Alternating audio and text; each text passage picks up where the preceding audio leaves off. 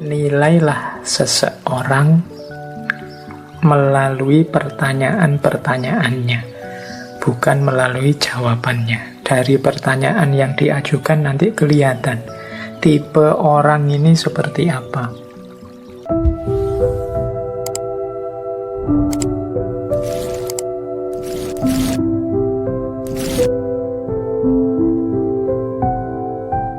Assalamualaikum warahmatullahi wabarakatuh.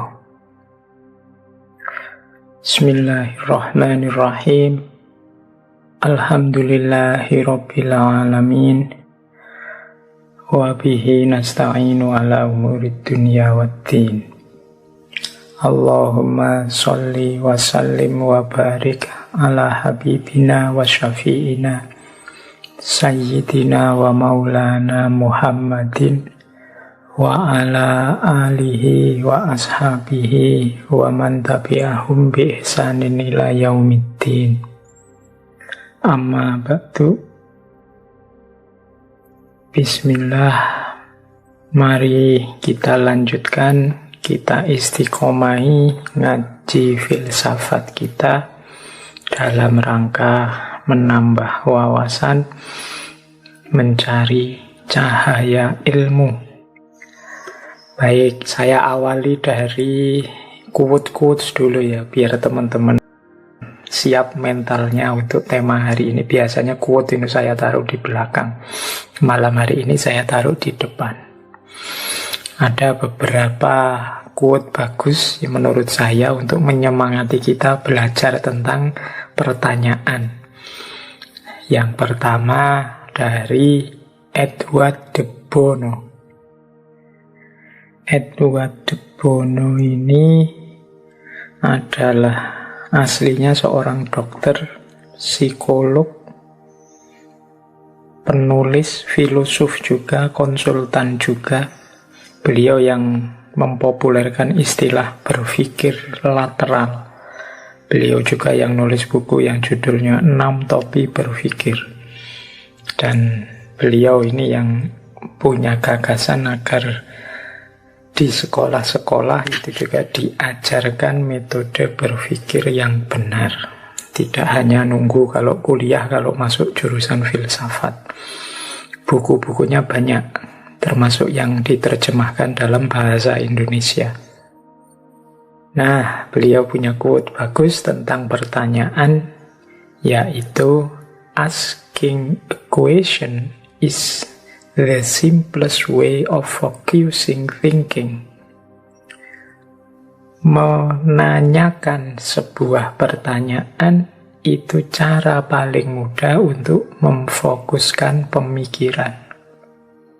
Jadi, kalau kita ingin fokus, coba bertanyalah. Jangan dikira bertanya itu diawali dari tidak tahu apa-apa. Bertanya itu diawali dari rasa ingin tahu, karena pengetahuan sebelumnya dirasa belum memuaskan.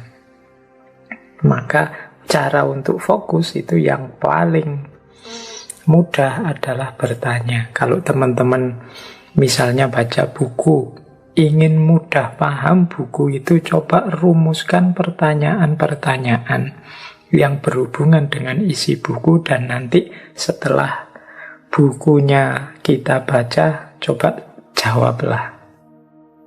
Mungkin tidak harus full buku, mungkin di tiap bab, mungkin di tiap subbab. Coba rumuskan pertanyaan-pertanyaan, baik yang isinya informatif dari buku itu maupun yang isinya bertanya karena kita tidak paham, ingin penjelasan lebih jauh. Nah, itu boleh, bukunya nanti dicoret-coret isinya pertanyaan-pertanyaan. Ini memudahkan fokus. Daripada mungkin membaca buku sambil lalu saja, sambil santai, sambil melakukan apa, yaitu biasanya tidak fokus. Untuk fokus itu ada pertanyaan-pertanyaan yang ingin kita tahu jawabannya. Ini membuat kita fokus. Malam hari ini misalnya, teman-teman kan sudah ngerti ngajinya, temanya adalah tentang cara bertanya atau seni bertanya. Mungkin sudah ada pertanyaan-pertanyaan di pikiran kita, cuma tidak kita rumuskan dengan baik. Boleh sekarang ditulis, misalnya dalam bentuk pertanyaan, bagaimana sih cara bertanya yang baik itu? Bagaimana sih cara membangkitkan minat untuk bertanya itu? Kemudian apa sih ukuran-ukuran pertanyaan, disebut pertanyaan bermutu atau tidak itu? Coba bikin pertanyaan sebanyak mungkin. Nanti kita akan lebih fokus mendengarkan ngaji ini. Karena apa? Kita punya pertanyaan yang butuh untuk dijawab. Filsafat itu lahir ya karena orang bertanya.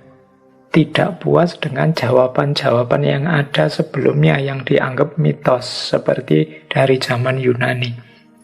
Jadi orang bertanya, hari ini mengapa teman-teman kebingungan luar biasa, zaman hoax, zaman berita palsu, zaman informasi buatan, kita bingung, kita terombang-ambing. Mungkin karena kita terbiasa menerima, menelan begitu saja informasi. Kita tidak terlatih bertanya dan mempertanyakan.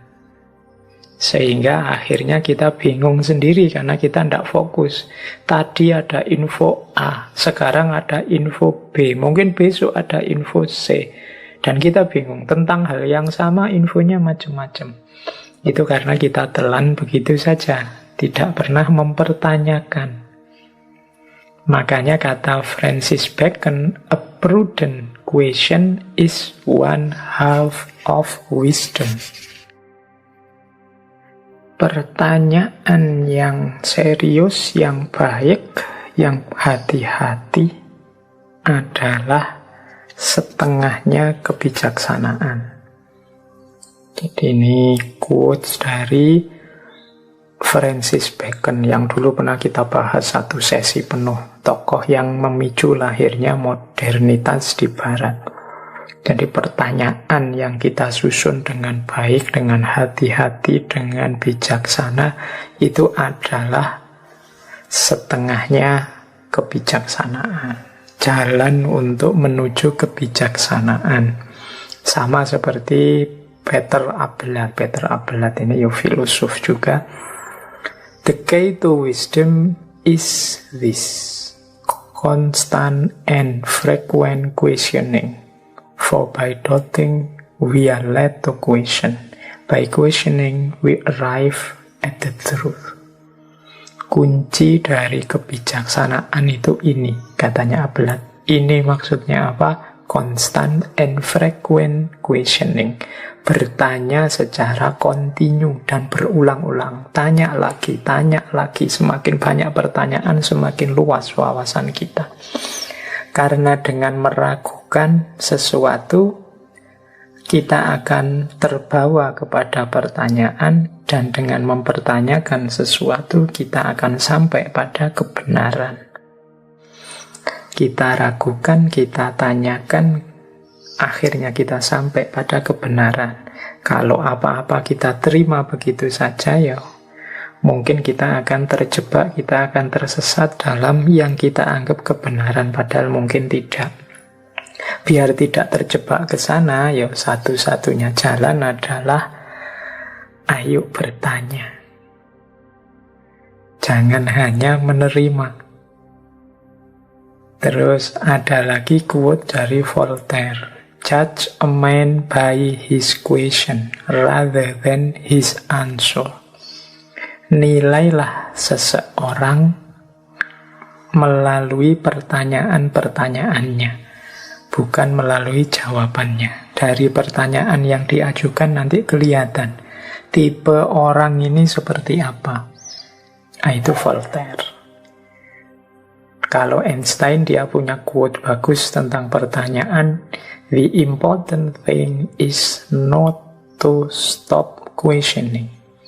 Jadi hal yang paling penting adalah untuk tidak berhenti bertanya. Bertanyalah terus, nanti akan lahir Einstein baru. Orang-orang pinter baru yang banyak. Jadi quote-quote ini menurut saya sudah cukup untuk memprovokasi kita betapa pentingnya pertanyaan untuk dunia ilmu maupun dunia filsafat maupun untuk kehidupan kita. Kalau tidak ada orang bertanya, tidak akan lahir ilmu baru. Kalau tidak ada ilmu baru, ya dunia ini tidak akan berubah. Siapa yang ingin mengubah dunia, kuncinya ilmu. Siapa yang ingin menghidupkan ilmu, antara lain dengan bertanya. Oke, terus ambil nafas dulu sebentar. Semoga sudah mulai terbayang dan mulai bersemangat kita untuk menjawab dan mencari pertanyaan dengan baik. Nah, sekarang tentang ciri-ciri pertanyaan yang baik. Ada beberapa ciri. Ini harus dilatih.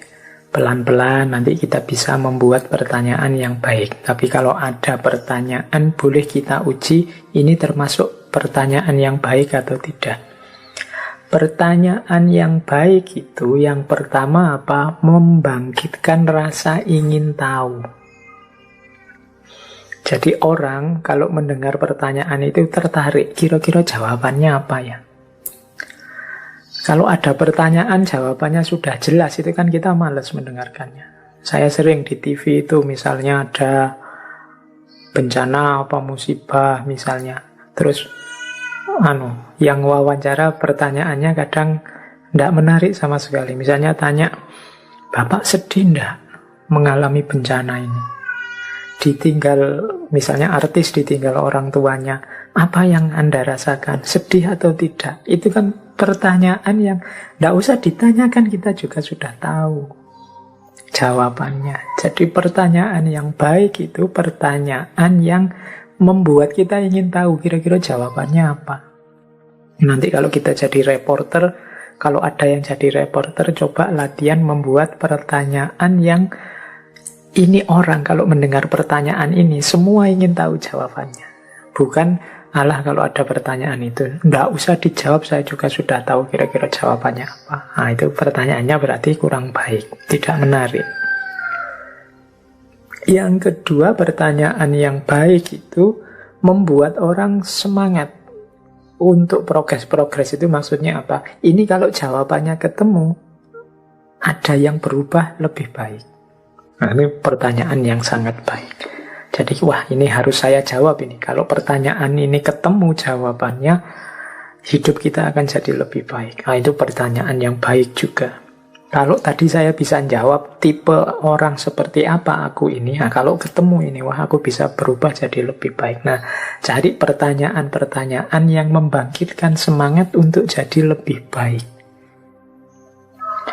Jadi semangat untuk progres. Ini mungkin di TV-TV, di podcast-podcast, teman-teman latihan membuat pertanyaan yang kalau itu ditanyakan ada jawaban yang konstruktif, kreatif, membuat hidup jadi lebih baik. Nah, berarti itu pertanyaan yang baik.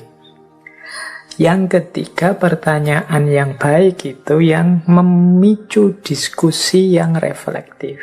Ya memang jawaban pastinya tidak ketemu, tapi ini membuat kita berdiskusi dengan reflektif. Reflektif itu dengan mendalam. Membuat akal kita berputar, bergerak, menganalisis. Wah, ini kan kerja yang mulia berpikir itu. Jadi pertanyaan yang membuat kita berefleksi itu adalah pertanyaan yang bagus. Kemudian ciri pertanyaan yang baik lagi adalah pertanyaan yang membuat kita fokus dalam pembahasan. Jadi jangan menanyakan sesuatu yang membuat temanya melebar kemana-mana. Hari ini temanya apa, malah tanya tentang apa. Ini bukan pertanyaan yang baik. Ya memang orang harus banyak tanya, tapi kan juga harus ngerti momennya. Nah, pertanyaan yang baik itu membuat orang tambah fokus, tambah paham terhadap permasalahan. Pertanyaan yang baik juga memancing pemikiran yang kreatif, membuat orang ingin tahu jawaban-jawaban yang baru. Ini kan fungsi kreatif dari pertanyaan. Ini nyambung dengan selanjutnya, melahirkan kemungkinan-kemungkinan baru. Jadi pertanyaan-pertanyaan yang membuat orang, wah ini mungkin A ini jawabannya, mungkin B ini jawabannya. Wah tidak terfikir ke situ. Gara-gara pertanyaan ini kita jadi berpikir ke sana. Nah ini pertanyaan yang baik.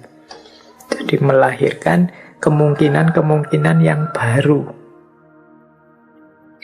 Terus pertanyaan yang baik itu menampakkan asumsi-asumsi yang tersembunyi. Kadang-kadang pernyataan-pernyataan dari seseorang atau ungkapan-ungkapan di buku atau apa itu kan ya hanya kelihatan penampakan luarnya saja. Nah, ketika pertanyaan diajukan menggali lebih dalam, biasanya asumsi-asumsi yang tersembunyinya keluar. Nah, ini pertanyaan yang baik itu yang menampakkan asumsi tadi. Bapak berani bilang begitu karena kan Bapak sedang membela ini. Menurut Bapak, hubungannya negara dan agama itu kan seperti ini, sehingga Bapak menyatakan itu. Nah, itu menampakkan asumsi yang tersembunyi. Jadi orang bilang begini, terus ditanya.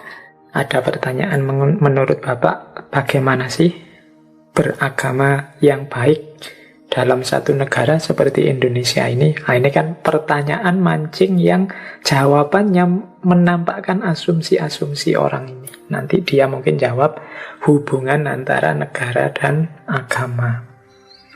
Misalnya lagi, pertanyaan yang membongkar asumsi-asumsinya pakar pendidikan. Misalnya kita tanya, menurut Bapak anak didik itu tergolong baik kalau dia banyak bertanya, apa banyak patuh, apa dia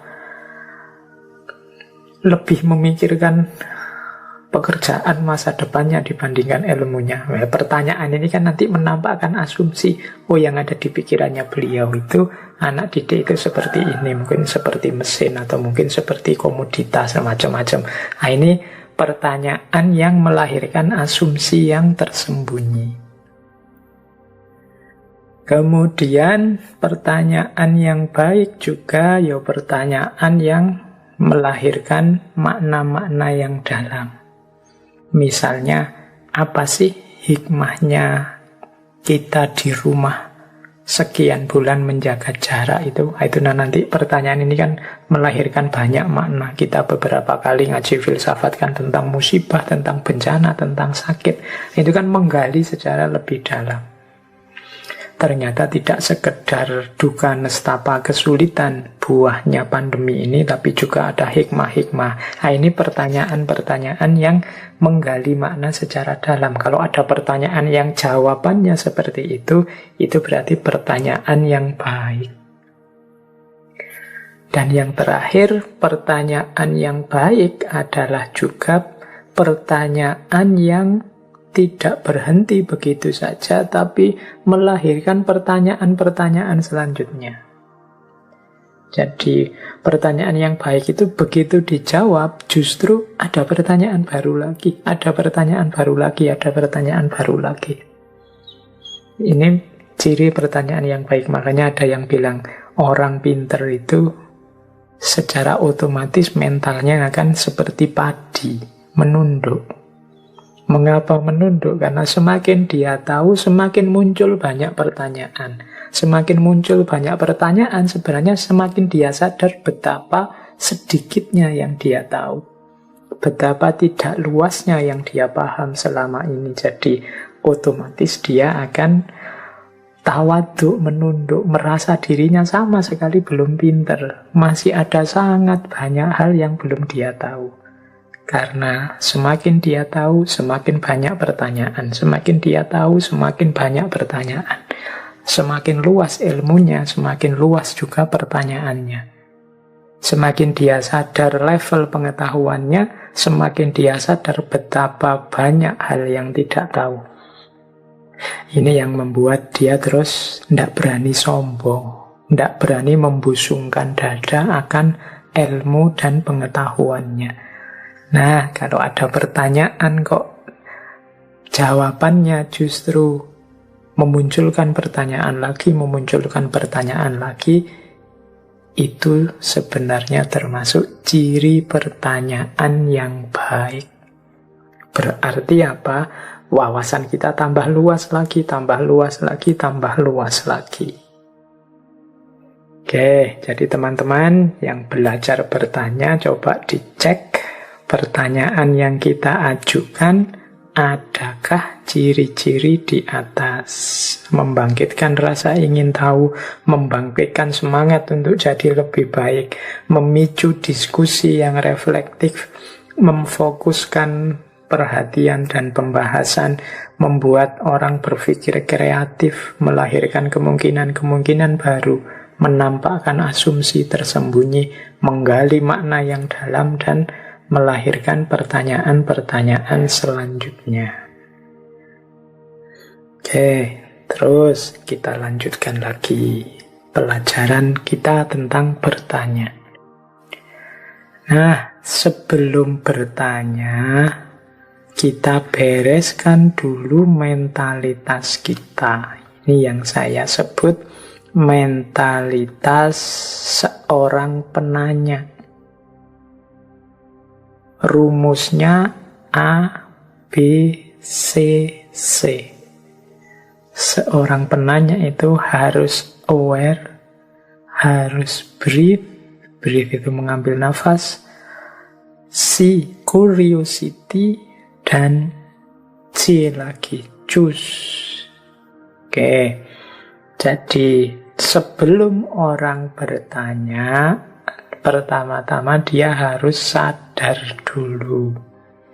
Aware itu sadar. Sadar tentang apa? Loh, sadar tentang yang mau ditanyakan. Tujuannya apa bertanya? Apa yang ingin aku cari dengan pertanyaan ini? Jadi dia harus sadar dulu, jangan asal ngaco, asal tanya. Disadari dulu. Oh iya, ada yang saya tidak paham, saya mau tanya biar paham. Yang disampaikan tadi ada yang tidak jelas, saya mau tanya ini biar jelas. Ini namanya orang sadar. Tidak karena terpaksa, atau tidak karena iseng, atau tidak karena daripada semua diam, biarlah saya yang tanya. Nggak, kalau memang tidak ingin tanya, tidak ada yang ingin ditanyakan, ya tidak usah. Nanti malah lahir pertanyaan yang tidak baik. Bikin pertanyaan yang baik diawali dari kesadaran. Nah, tapi sebelum mengajukan breathe itu ambil nafas dulu, kemudian coba berhenti sebentar, dilihat secara lebih objektif lagi. Ya macam-macam ya, dia lebih objektif itu. Jadi apa benar aku belum paham, apa benar yang dijelaskan tadi memang belum jelas. Yang aku tanyakan ini kira-kira ada manfaatnya apa tidak, itu breathe. Jadi ya menurut saya memang saya harus tanya ini. Nah, setelah ambil nafas sebentar. Jadi aware, breathe, biar objektif, biar tidak iseng. Baru setelah itu curiosity. Curiosity itu dicek lagi diri kita. Sebenarnya kita itu ingin tahu apa sih? Apa kita sudah menjelajahi sebelumnya? Apa pentingnya yang kita ingin tahu itu? Itu curiosity, rasa ingin tahu. Apa aku sudah punya semua yang aku butuhkan? Kalau sudah punya, apakah aku perlu bertanya? Apa ya sudahlah, bisa aku cari sendiri jawabannya, atau bagaimana? Itu curiosity. Jadi aware, breathe, curious, ini persiapan mental kita sebelumnya. Jadi kalau tidak ada curious, tidak akan kita bertanya. Kalau tidak ada breathe, Nanti jangan-jangan pertanyaan yang kita ajukan tidak ada gunanya. Mungkin ngulang orang lain, mungkin karena kita tidak fokus saja, atau sebenarnya kita sudah tahu jawabannya. Kalau tidak ada aware, ya pertanyaan diajukan secara iseng saja. Atau tidak serius, atau secara tidak sadar, atau secara otomatis saja.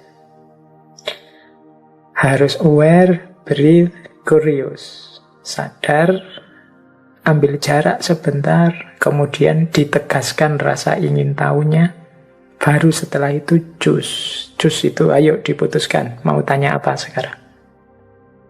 Pilihlah pertanyaan yang tepat. Tadi sudah ada ciri-ciri pertanyaan yang tepat. Mau tanya tentang apanya. Bikin pertanyaan yang baik. Nah itu choose sudah.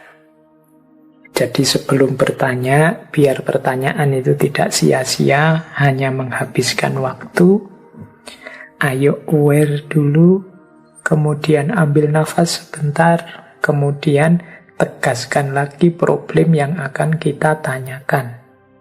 Kalau sudah oke, ayo sekarang pilih apa yang mau ditanyakan, unsur apa, aspek apa, rumuskan dengan baik.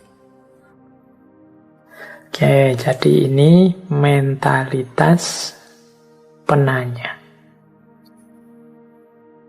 Kita lanjutkan lagi. Kalau ini agak berbeda. Ini juga pertanyaan, tapi pertanyaan bagi yang mau menjawab. Ini menurut saya penting juga. Kalau tadi kan objeknya kita yang mau bertanya, teori untuk yang mau bertanya. Nah, ini yang mendapat peran untuk menjawab. Mungkin ini untuk guru, atau untuk dosen, atau untuk yang diwawancara, atau untuk yang sedang ditanya. Ada beberapa pertanyaan untuk diri kita sendiri yang ditanya. Ini, ya semoga tidak ada yang mengeluh ya Pak. Kalau sebelum jawab menanyakan itu nanti nggak jadi jawab. Ya menurut saya mending nggak jadi jawab daripada jawabannya ngawur. Jawaban yang ngawur itu tidak hanya sesat, tapi juga menyesatkan orang lain. Apalagi kalau pertanyaan itu diajukan kepada publik atau disiarkan untuk orang banyak. Nah, apa saja sih yang harus kita tanyakan kepada diri kita sebelum menjawab pertanyaan? Yang pertama, boleh bertanya kepada diri kita, apakah aku harus segera menjawab pertanyaan ini? Bisa ditundakah?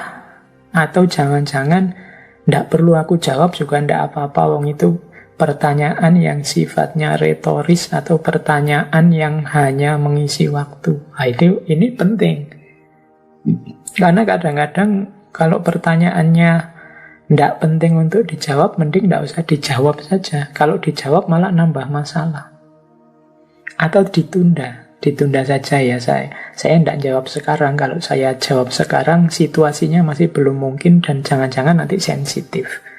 Nah, ada yang harus ditunda, bahkan ada yang harus tidak dijawab. Tapi ada juga yang harus segera aku jawab. Kalau tidak aku jawab nanti banyak konsekuensi negatifnya. Nah, pertama ini menguji apa harus segera aku jawab atau aku tunda dulu atau tidak perlu dijawab. Yang kedua, coba dikonfirmasi lagi. Apakah pertanyaan ini sesuai dengan bidang pengetahuan yang aku dalami selama ini? Jadi ini untuk jaga-jaga biar kita tidak nekat. Wong saya ngertinya filsafat, tiba-tiba ada pertanyaan dari ranah teknologi atau dari ranah biologi atau neurosains macam-macam. Aku harus sadar diri. Aku tidak mendalami itu. Kalau nekat ngomong nanti bisa menyesatkan orang. Maka ini penting. Ini pertanyaan ini sesuai tidak dengan bidangku?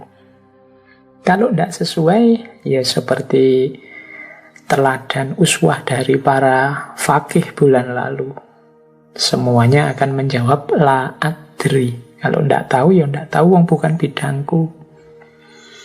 Nah, ini harus kita sadari karena kadang-kadang memang orang banyak itu bertanyanya sesuai problem yang terlintas dalam pikiran mereka masing-masing. Sehingga kadang-kadang tidak kritis. Pertanyaan ini harusnya tidak diajukan ke beliau, tapi ke beliau yang lain, yang sesuai dengan keahliannya. Bahkan kadang-kadang ada pertanyaan itu, oh ini yang bisa jawab cuma Tuhan ini, atau yang bisa jawab cuma Rasulullah ini.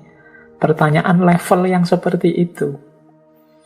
Nah, jadi sebelum jawab, ayo kita uji diri kita, ini bidang saya apa enggak. Kalau bukan bidang saya, yo nyuwun sewu, saya bukan bidangnya. Khawatirnya kalau ngomong nanti malah menyesatkan. Demikian juga, ini yang selanjutnya, meskipun itu bidang kita, coba ayo ditanya lagi, apa aku sudah tahu jawabannya? Kalau belum tahu, harus jujur, belum tahu. Tidak apa-apa, tidak akan menjatuhkan martabat kita. Justru menunjukkan kita ini orang yang punya integritas moral. Jadi jujur, tidak tahu ya bilang tidak tahu. Atau ya kalau ingin lebih objektif lagi, belum tahu. Mungkin besok setelah belajar saya tahu. Nah, ada juga sebelum menjawab, coba bertanya, apa harus mencari rujukan dulu? Ini pada dirimu yang mau jawab. Ini saya uraikan begitu saja, seingat saya, atau ini problemnya penting. Kalau saya uraikan begitu saja, nanti jangan-jangan keliru, harus buka buku dulu, harus cari rujukan dulu, harus tanya ahlinya dulu. Ya kalau memang butuh cari rujukan dulu, ya jawabannya di PR saja, di pending saja. Mohon maaf, ini saya harus buka kitabnya, khawatir saya keliru. Ya saya hafal sih sedikit-sedikit, tapi hafalan saya kemungkinan tidak utuh lagi. Jadi kalau tiba-tiba saya sampaikan nanti menyusahkan dan menyesatkan. Jadi PR ya, kalau memang acaranya selesai saya jawab offline ya. Nanti kita ketemu lagi, atau ya tetap lewat medsos nanti saya japri atau DM, tidak apa-apa. Jadi tegaskan lagi, ini butuh rujukan apa enggak. Kalau memang yakin jawabannya sudah tepat, enggak, saya ingat kok butuh rujukan, tapi saya hafal rujukannya, sudah saya sampaikan saja. Ya disampaikan saja, enggak apa-apa. Tanyakan juga, jangan-jangan problem ini berhubungan dengan pandangannya orang lain, yang kita harus diskusi dulu, harus konfirmasi dulu ke yang bersangkutan. Wong tadi yang bersangkutan tidak mewakilkan ke kita. Kalau saya ngomong mewakili dia, atas nama dia bisa bahaya. Ini atas nama umat atau atas nama ini, kapan kita minta izin jadi atas namanya? Nggak, ini berarti apa? Jangan kesusu dijawab, atau kalau dijawab ya sebut saja, ya pastinya yang bersangkutan yang tahu. Nah, jadi kalau ada hubungannya dengan orang lain, butuh konfirmasi atau butuh pendalaman dengan orang lain, harus didiskusikan dulu dengan orang yang bersangkutan, ya jangan kesusu dijawab. Bereskan dulu konfirmasi dari orang lain. Kemudian kadang-kadang juga harus observasi dulu. Saya belum bisa jawab karena belum tahu duduk persoalannya yang tepat. Saya harus observasi dulu, menguji dulu, bertanya-tanya dulu kemana-mana. Nah, kalau memang sudah lulus dari semuanya, ya monggo dijawab. Jangan sampai menyembunyikan wawasan, menyembunyikan ilmu, karena ilmu itu anugerah Allah dalam bentuk cahaya yang kita untuk mencahayai yang lain juga, tidak hanya mencahayai diri kita sendiri. Tapi kalau memang ada kendala-kendala yang tadi 1, 2, 3, 4, 5, 6 tadi, ya coba dipikir lagi. Apa harus kita nekat menjawab padahal masih butuh hal lain yang harus dilakukan. Jangan sampai kita sesat dan menyesatkan. Oke, terus. Nah, ini saya membawa namanya proses ideal. Proses ideal itu bagaimana sih cara mengembangkan pertanyaan, bagaimana arus dari bertanya sampai jadi ilmu dan nanti dikembangkan. Ini namanya proses ideal. Dalam hidup kita, ini kan teman-teman tadi sudah ngerti teknik-tekniknya bertanya, bahkan strateginya menjawab. Perhatikan setelah bertanya, kan nanti ada jawaban-jawaban. Setelah question kan nanti ada answer. Setelah dapat jawaban, ada decision. Decision itu keputusan. Oh, saya putuskan memilih jawaban ini. Nah, itu decision. Menurut saya yang benar ini. Nah, itu decision. Kalau sudah decision, yo selanjutnya action. Action itu tindakan.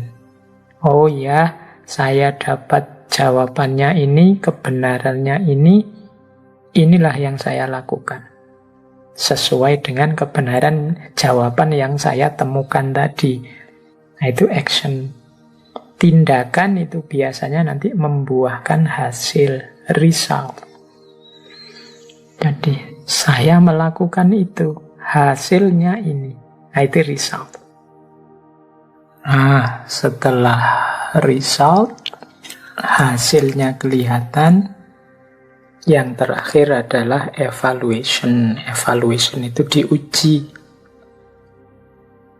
Kan keputusan kita tidak selalu pasti benar. Kadang-kadang ada keliru-kelirunya, ada kurang-kurangnya.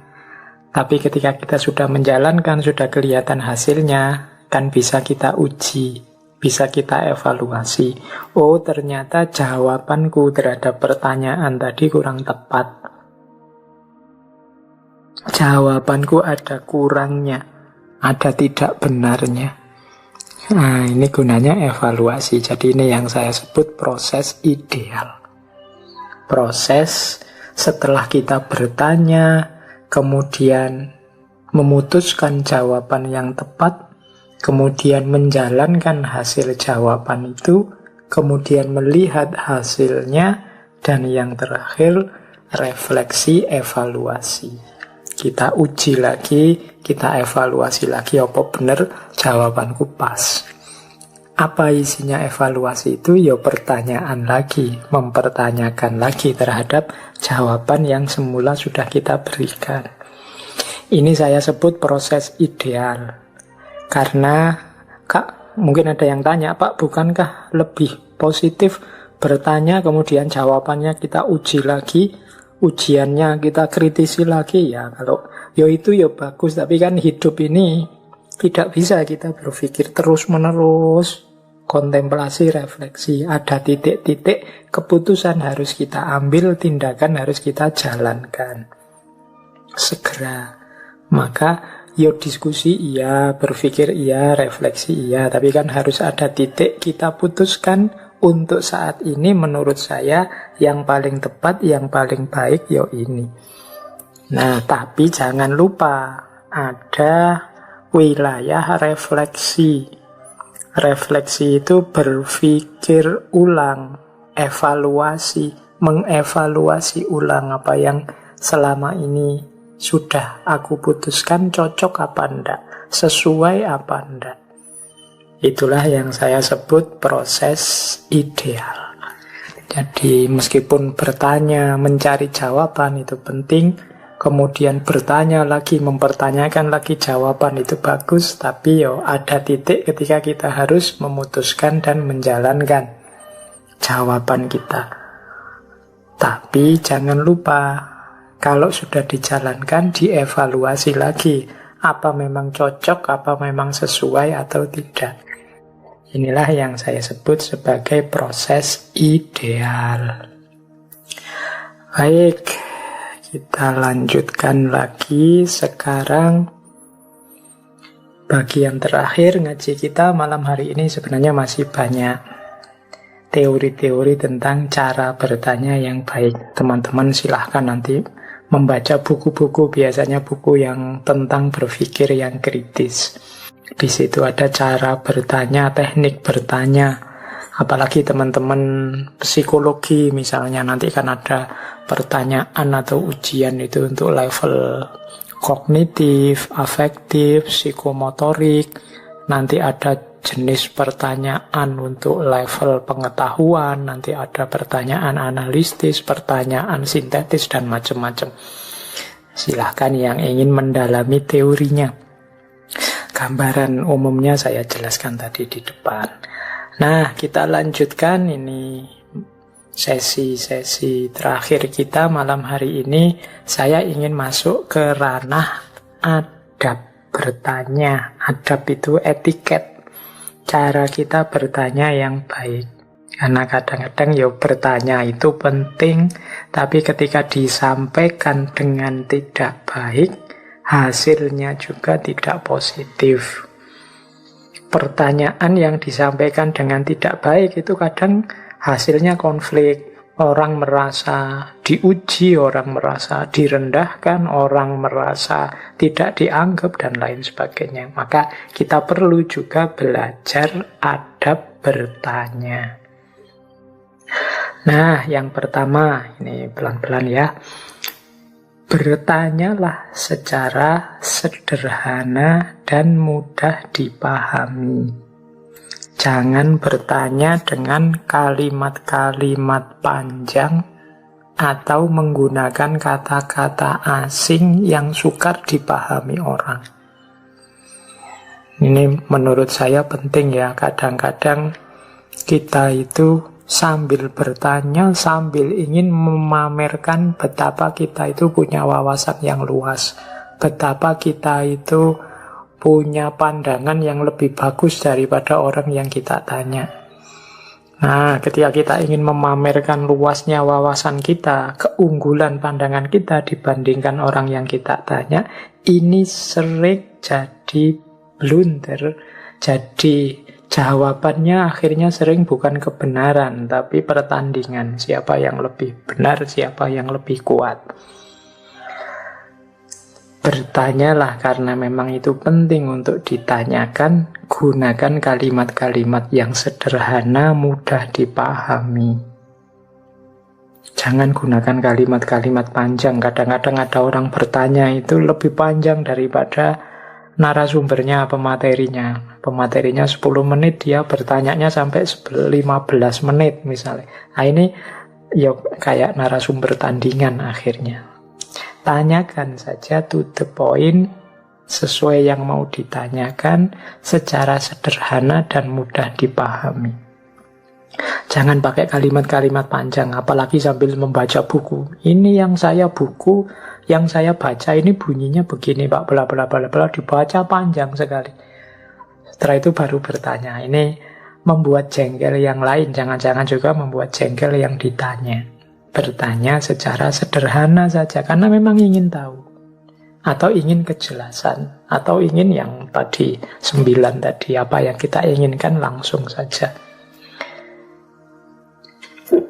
Jangan dibiasakan juga menggunakan kata-kata asing yang sulit dipahami orang.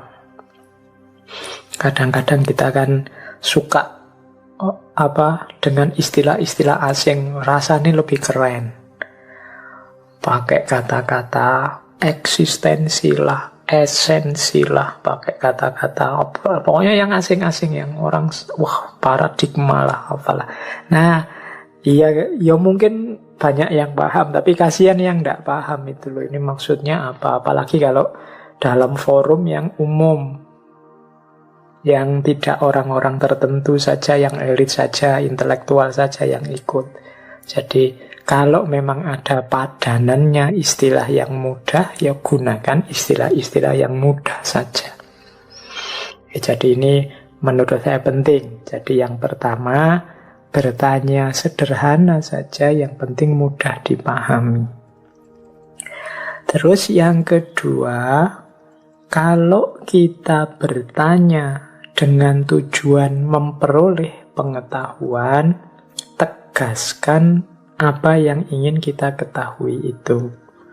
Sebelum mengajukan satu pertanyaan, kita perlu tahu apa yang tidak jelas bagi kita. Karena kalau kita tidak menegaskan, kadang-kadang ya pertanyaan kita itu mendapat jawaban yang tidak memuaskan. Karena kita sendiri tidak jelas apa yang membuat kita puas, wong cara mengajukannya juga tidak jelas. Jadi tegas saja, Pak, Bu, saya ingin tahu tentang ini loh. Nah, itu kan jelas. Saya tadi dalam penjelasan belum paham bagian yang itu, yang tentang ini. Maksudnya bagaimana ya? Ini lebih jelas. Kadang-kadang kita bertanya itu kan malu kalau ngomong to the point langsung. Terus kita beri ilustrasi-ilustrasi, yang kadang ilustrasinya malah bikin rumit. Atau yang ditanya terus terdistraksi. Dia justru yang ditanggapi ilustrasinya, bukan pertanyaan utamanya. Jadi kalau mau bertanya, coba tegaskan. Mungkin di awal atau di akhir kalimat. Saya ingin tanya tentang ini loh. Saya ingin kejelasan tentang ini loh. Ilustrasinya menyusul di belakang. Jadi biar yang ditanya itu paham. Karena kadang-kadang kita memberi ilustrasi terlalu panjang lebar, yang ditanya teralihkan perhatiannya pada ilustrasi kita. Akhirnya yang ditanggapi ilustrasi kita, bukan pertanyaan kita. Jadi yang pertama dan kedua, adabnya bertanya itu ya sederhana, mudah dipahami, to the point, dan tegaskan apa yang kita tanyakan, apa yang kita inginkan. Oke, ini kalau pertanyaan untuk mendapatkan informasi. Terus ada kalanya yang nomor 3 ini, adabnya bertanya. Kalau kita bertanya bukan karena ingin tahu, tapi untuk memancing orang biar paham, biar tahu. Misalnya guru kepada muridnya, pemimpin diskusi untuk mengarahkan diskusi.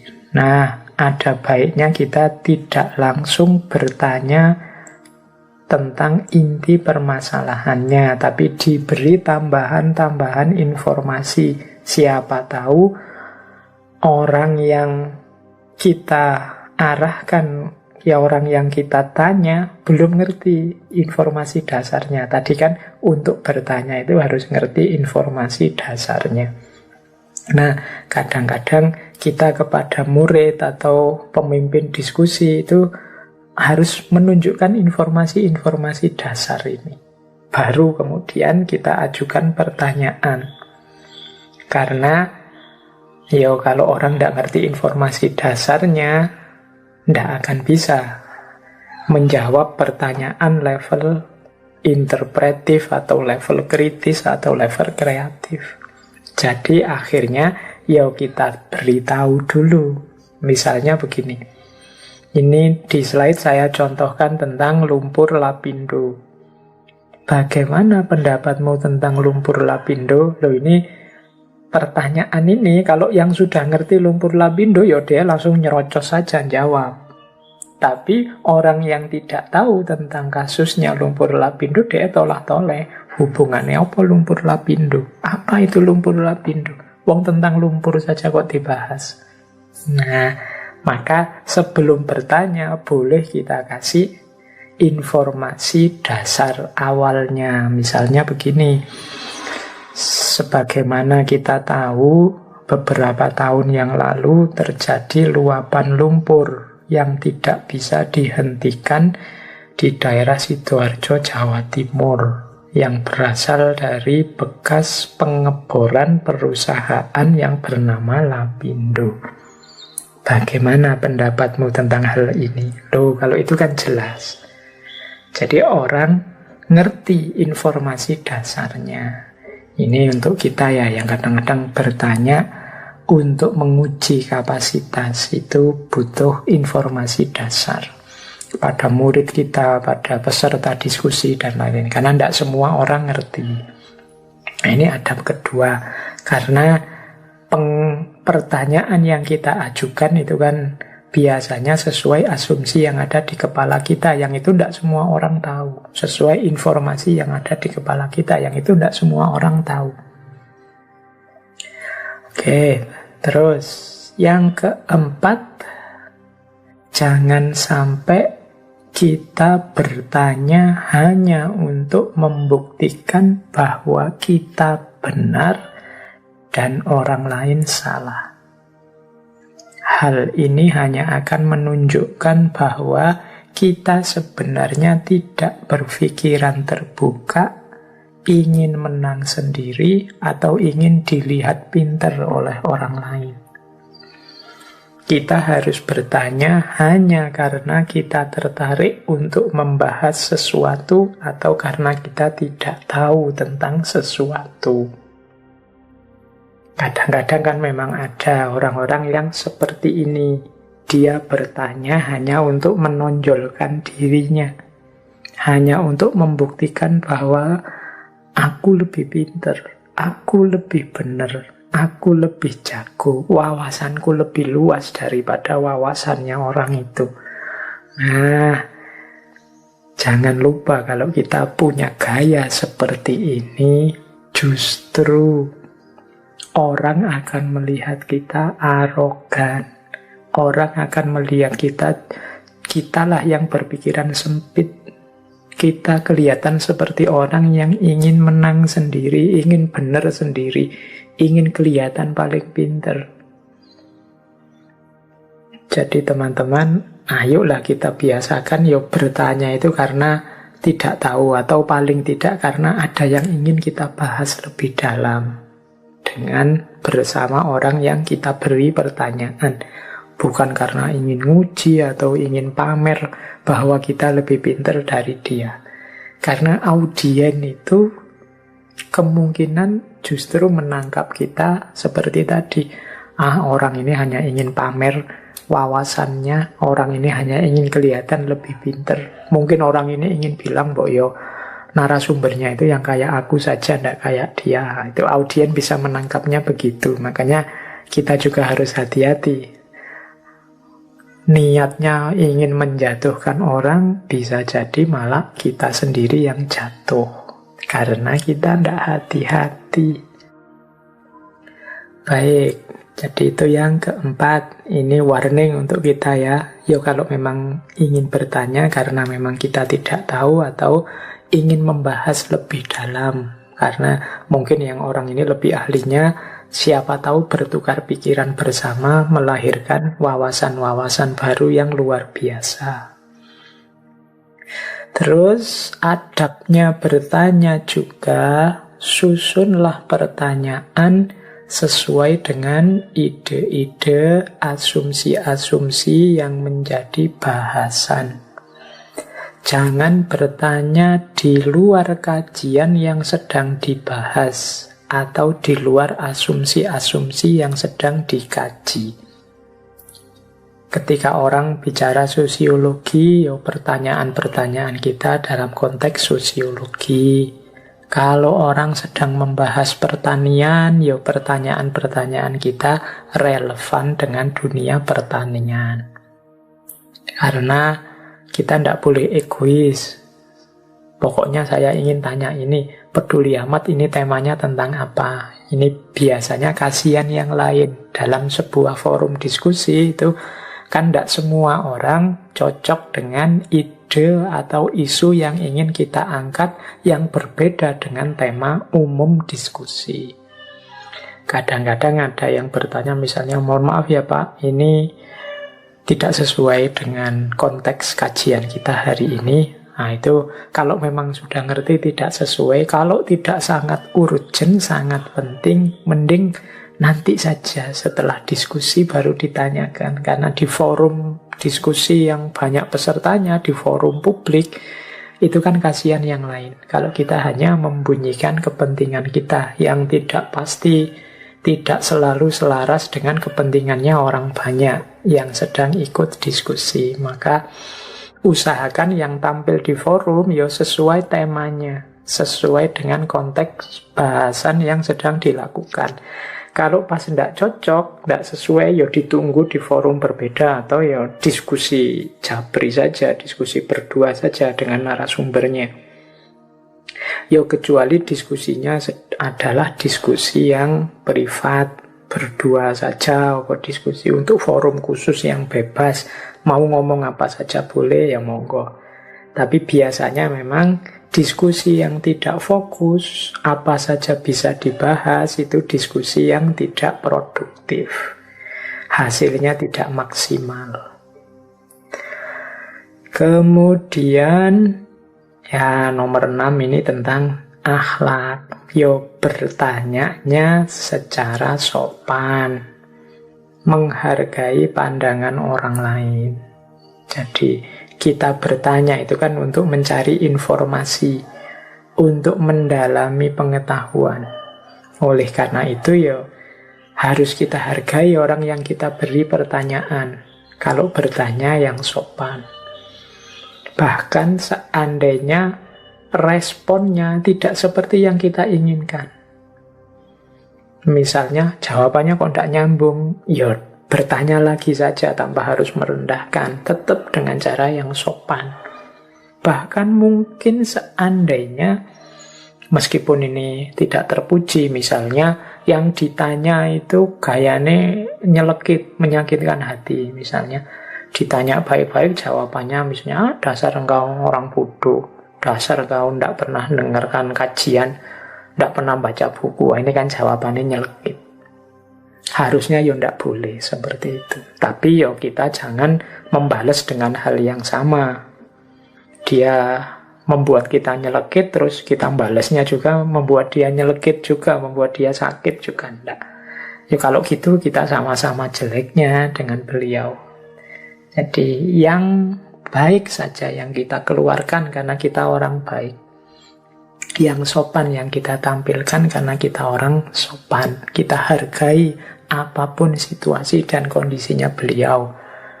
Jadi tidak kemudian kalau dia ngomong jelek kita balas jelek, dasar engkau bodoh, nanti dikasih silahkan ada respon balik, terus kita bilang bapak juga lebih bodoh dari saya, masa bodoh wae, gegeran nanti akhirnya. Jadi ya sudah, kadang-kadang ketika responnya tidak memuaskan atau jawabannya nyelekit, ada saatnya kita ya sudah, berarti beliau mungkin tidak berkenan dengan pertanyaan saya, atau mungkin beliau belum siap untuk menjawab. Ya sudah, dihentikan saja, tidak usah dilanjutkan. Nah, itu menurut saya sikap yang bijaksana. Jadi jangan sampai forum keilmuan yang mulia berubah jadi forum saling menjelekkan, saling menjatuhkan. Harusnya rahmat Allah yang datang, akhirnya malah laknat.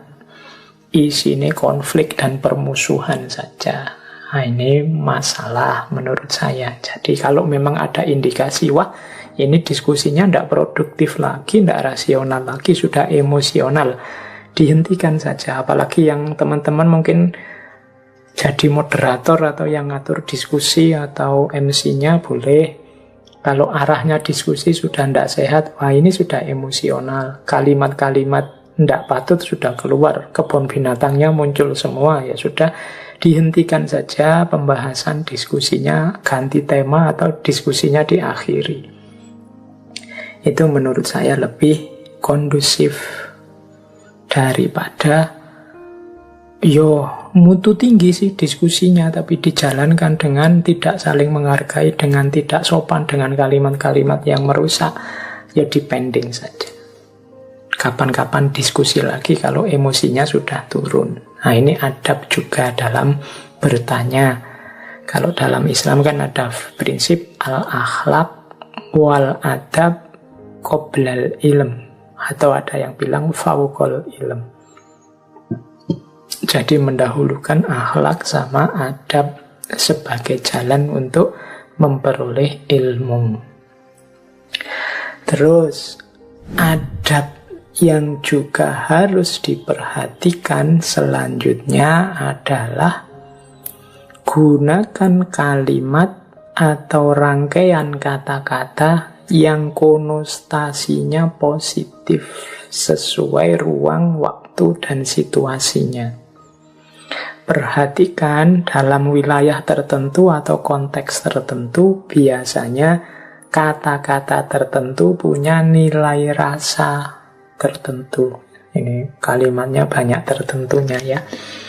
Jadi maksudnya begini loh, ada kata-kata, banyak kata yang mengandung emosi di baliknya atau mengandung nilai rasa tertentu. Misalnya, kita kasih contoh nilai rasa itu. Yang populer belakangan, misalnya kata-kata anjing.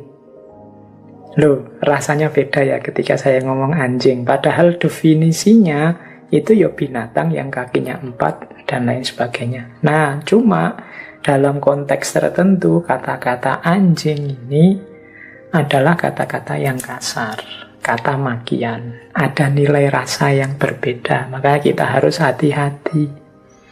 Jadi menggunakan kata bodoh misalnya. Dasar kamu anak bodoh. Loh, itu kalau ruang dan waktunya, situasinya tidak pas. Kata-kata bodoh ini sangat menyakitkan rasanya. Tapi mungkin di ruang dan waktu yang pas, ketika orang ngomong bodoh, itu yang lain ketawa semua, termasuk aku tidak tersinggung, aku tertawa karena ngerti waktu dan situasinya. Maka hati-hati. Yang memang kalau ingin aman, hindari kata-kata yang punya nilai rasa negatif. Jadi, bukan memang istilahnya itu, Pak. Istilah yang jelek ya kita sebut saja dengan jelek. Ya, kalau ruang dan waktunya pas, situasinya memungkinkan, engkau menyebut kata-kata itu, tidak akan ada orang tersinggung, tidak ada orang tersakiti. Tapi kalau meleset ruang dan waktunya, kata-kata itu akan jadi sangat menyakitkan. Jadi ya paling tidak hati-hati. Banyak kata-kata itu yang ambigu, kadang bisa bermakna positif, kadang bermakna negatif. Oke ya, jadi ini tolong diperhatikan. Ketika mau bertanya, jangan sampai nanti hasilnya tawuran karena orang tersinggung dengan kata-katamu. Dan yang terakhir tentunya perhatikan situasi psikologis, situasi ideologis, sosial, budaya, politik saat sebuah pertanyaan akan diajukan. Ya psikologis itu misalnya ya kalau ini sudah 3 jam lebih ini kita seminar diskusi, ada pertanyaan penting yang harus saya ajukan, tapi kok ya kasihan ya forumnya mungkin sudah capek. Kapan-kapan lah kalau ada forum lagi saya tanyakan, tidak usah sekarang. Nah, ini namanya peduli dengan situasi.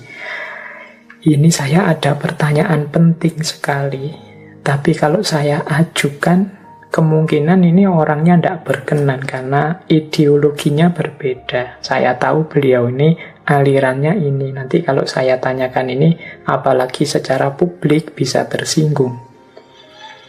Mungkin ya kalau memang penting harus saya tanyakan, nantilah di ranah privat, tidak di ranah publik seperti ini. Nah, itu namanya bijaksana, ngerti situasi. Wah, ini situasinya sedang rame, sedang sensitif. Tema-tema semacam ini kalau diangkat hanya nambah masalah saja, seperti menyiram minyak ke atas api, tambah terbakar. Tidak ada manfaatnya sama sekali selain tambah rusuh. Kalau gitu aku tidak usah tanya, nggak usah tak ungkap yang ini. Kapan-kapan saja kalau waktunya pas. Nah, ini juga salah satu adabnya bertanya. Jadi ini menuntut dengan sangat kebijaksanaan kita. Oke, teman-teman ya. Jadi malam hari ini paling tidak sedikit banyak kita belajar bagaimana cara bertanya yang baik, kemudian juga bagaimana adabnya bertanya yang terpuji. Yo detail teknik bertanya yo macam-macam. Teorinya banyak, tapi paling tidak menurut saya pelajaran besar dari malam hari ini bagi teman-teman yang ingin berfilsafat, Berfilsafat itu berarti tidak sekedar menghafalkan teori-teorinya para filosof, para tokoh, tidak sekedar mengutip quotes-nya para ulama, tapi juga kita bisa memproduksi gagasan-gagasan yang mulia, yang terpuji, yang original.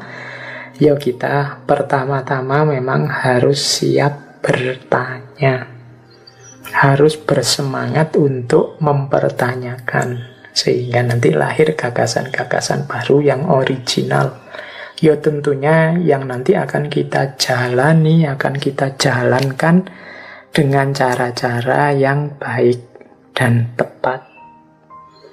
Oke, saya kira itu ya teman-teman untuk malam hari ini. Semoga tidak terlalu berat, ini materinya murni materi kampus ini sebenarnya.